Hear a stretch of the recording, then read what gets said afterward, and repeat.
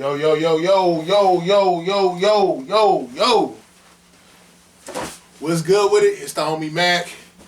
Music, art, culture, knowledge. Each one teach one, peace and love. Subscribe to the YouTube channel 82 Kings. Follow Moon on Instagram at MackTV_82.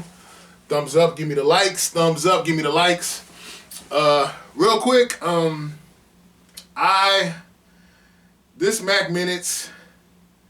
this Mac Minutes session was inspired by a post that I made on Facebook. It was a meme. Let me pull it up real quick. And as a consequence of this meme, there's a very lengthy discussion.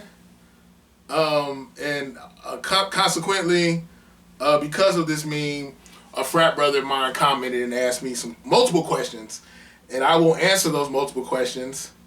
But first, let me get to the meme. Okay, the meme itself said on the top, black people showed up and voted Biden in, so all he could give. Wait, let me say it again. Black people showed up and voted Biden in, also he could give 11 million illegals citizenship. We are a joke. Let me say that again. That didn't flow too smoothly. Black people showed up and voted Biden in, also he could give 11 million illegals citizenship. We are a joke. The response to that underneath it in the meme is, we, black people with sense, told y'all this would happen, and y'all called us Trump supporters. Okay, let me say this. I am ADOS, American Descendant of Slavery. My people are from Salis, Mississippi on my mother's side, and they are from Lancaster, South Carolina on my father's side. My lineage came here on the boat, 1619 in Virginia. That is my that's my history. I come from the lineage of the transatlantic slave trade. I'll be the first to tell you, the only difference between myself, someone who is Bahamian, Jamaican, Haitian, Brazilian, our boats just went in different directions. But we are all descendants of Africa. I was a member of the United Negro Improvement Association, which was founded by none other than Marcus Messiah Garvey. Salute to Garvey. My framework for developing my identity, my sense of self, in correlation to the world, finding my space in the world, came through Pan-Africanism. What is Pan-Africanism? Pan-Africanism is essentially the theory that all those throughout the African diaspora, regardless of where we ended up, where we are on this planet, we are all binded together through our blood. Our blood, which traces back to Africa. I'm not xenophobic. There is no, black people that are mistreated anywhere is a concern of mine. I don't, as a U.S. citizen, I do not feel as though this somehow makes me better than anyone throughout the diaspora. I don't look down on anyone throughout the diaspora. There's so many times where I've had people that thought I was Ghanaian, thought I was from Sierra Leone, thought I was Haitian. Africa is in me. Africa is in us. Okay? So my thing is, with me, this is not about hating anybody. My thing is, as American descendants of slavery, our culture is very unique unto itself, being that we were totally ripped from the continent of Africa. That is not unique in itself. There were the trade that you had, the triangle trade, transatlantic slave trade. Others throughout the diaspora were ripped from the continent, but we were ripped from the continent. No sense of culture, no sense of self. We basically came here as a new group of people. With just like from day one, 1619, we came here pretty much separated from ourselves, separated from our essence. And yet and still overcame slavery. We freestyled a whole culture. Soul food, jazz, hip hop, The contributions that we've made aren't limited to entertainment, obviously. Civil rights movement, even the abolitionist movement. We have made American history rich through our struggle. Okay? And my thing is, one book I feel, this is compulsory reading. Post-traumatic slave syndrome by Dr. Joy DeGruy Leary. Post-traumatic slave syndrome. I feel like this book completely outlines the ADOS experience perfectly. From slavery to from slavery to Reconstruction, to Jim Crow, to redlining, blockbusting, prison industrial complex. This book to where we are today, the whole concept of the MAFA. This book outlines it perfectly. And when I say MAFA, M-A-A-F-A. I think which translates, I think it's Swahili, I'm not sure, but it translates to the terrible occurrence. And that speaks to our experience since we got here. And my thing is, I'm not anti-immigration. I have no problem with DACA. I have no problem with Mexicans that come here. I have no problem with any of that. I feel like there are people who are trying to get away from bad dictatorships, from horrible situations. And you know, America has always prided itself on being this melting pot. Give me your weak, give me your leery, give me your dispossessed, your disenfranchised. And my thing is, concepts like that are beautiful in theory. But the bottom line is, this country was built off the slave labor of ADOS. And we deserve compensation. We literally made America an economic superpower. You know? And my thing is, people have to be honest with themselves. There were policies that were crafted to keep us at a perpetual bottom caste. One of my critiques on capitalism has always been, capitalism does not work unless you have a criminalized and impoverished group of people. It's built off the backs of the criminalized and the impoverished. In capitalism, you have winners and you have losers. That has been us. We have been the burden bearers of this nation. This nation was built for white wealthy men to own property. Okay? And my thing is, past slavery, we have to deal with a lot of, what's the word I want to use? Draconian laws, draconian policies that were, again, created to keep us at a perpetual bottom caste. We didn't get loans from banks. What else? We couldn't get home loans. We couldn't really get the capital to push us forward so we could be productive members of society. You had the vagrancy laws during Reconstruction. If you didn't have a job, you went to jail. Or worse, there's a book called Slavery by Another Name. I can't remember the gentleman who wrote it.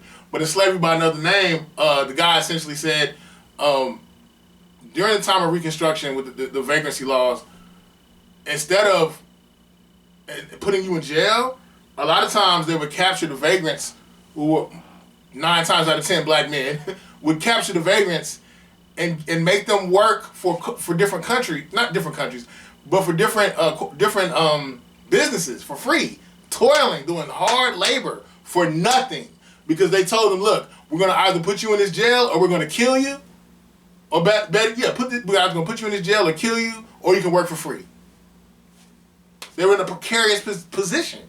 And my thing is, I acknowledge everybody struggled throughout the world. The world can be a scary place. I think a lot of times people, everything boils down to a power dynamic. And people want to control other people. They want to control their quality of life. They want to regulate their resources. That just seems to be the problem with human history. And we all know, again, as Frederick Engels would consistently say, all history is class struggle. There's just no way around it. I'm currently in nursing school. I work beside Haitians. I work besides people who are from St. Lucia. I work besides people who are first and second generation Nigerians that live in America, Ghanaians, Senegalese, and they're going to be great RNs. I am not saying, I'm not saying cut them off. Don't let none of them come here. My thing is things need to be done for us, specifically as ADOS, because as I stated earlier, there were policies crafted specifically to keep us at a bottom caste. A debt is owed. We give a bunch of money to the state of Israel every year. And my thing is the Holocaust was horrible, should have never happened. But there is an indigenous Holocaust in America that we are still in the midst of, that we're still recovering from. You know, and notably the people who endured that were ADOS. I don't understand why it's such a problem when we point out the fact that a debt is owed to ADOS. You know, and my thing is I meet other ADOS people who feel like, well, to take pride in being ADOS is xenophobic, and it's somehow it's almost a form of racism, and you're masking your racism through patriotism, which I think is complete BS. Now, I don't know how other members of ADOS are wording it. All I'm simply saying is, look, LGBTQ, they've been disenfranchised, they deserve a piece of the pie. Immigrants, they've been disenfranchised, they deserve a piece of the pie. ADOS, we are disenfranchised, we deserve a piece of the pie. I'm not saying anything needs to be denied to anyone else. I'm just saying that we are owed a debt. There's a debt that is owed to us. Okay? That's all I'm saying. I don't know if people don't... I feel like I'm pretty cogent. I feel like I'm very articulate. But I think people get triggered, and I think people get into survival mode. Like, what about me? What about me? What about me? That's completely understandable. And I'm saying, what about us as well? What about ADOS? Again, I'm not saying that you need to be cut off. I'm not saying that lock the borders, don't let nobody else come over here. No, I'm not saying that. I'm just saying it's like if you were a parent and you had children in your house that haven't eaten all day, and there were children outside that haven't eaten all day. Who are you gonna feed first? You're gonna take care of home first. That's all I'm saying. Yeah, but let me get to the questions that were asked by my frat brother. His first question, he asked a bunch of questions. I'm going to answer some of them. What is something specific that we are asking for? Reparations. And beyond reparations, I don't think reparations should just be a check. I think it should also be policy. Things that keep us afloat economically. Things that keep us in a perpetual mode of social mobility. Education. Access to education. Job access. Things that would help us sustain wealth. Because I think, right, they said now, as of now, the average black household is worth $1,500 liquid, as opposed to like $40,000 for like the average white household, I believe. That racial wealth gap is no joke. What else did he say?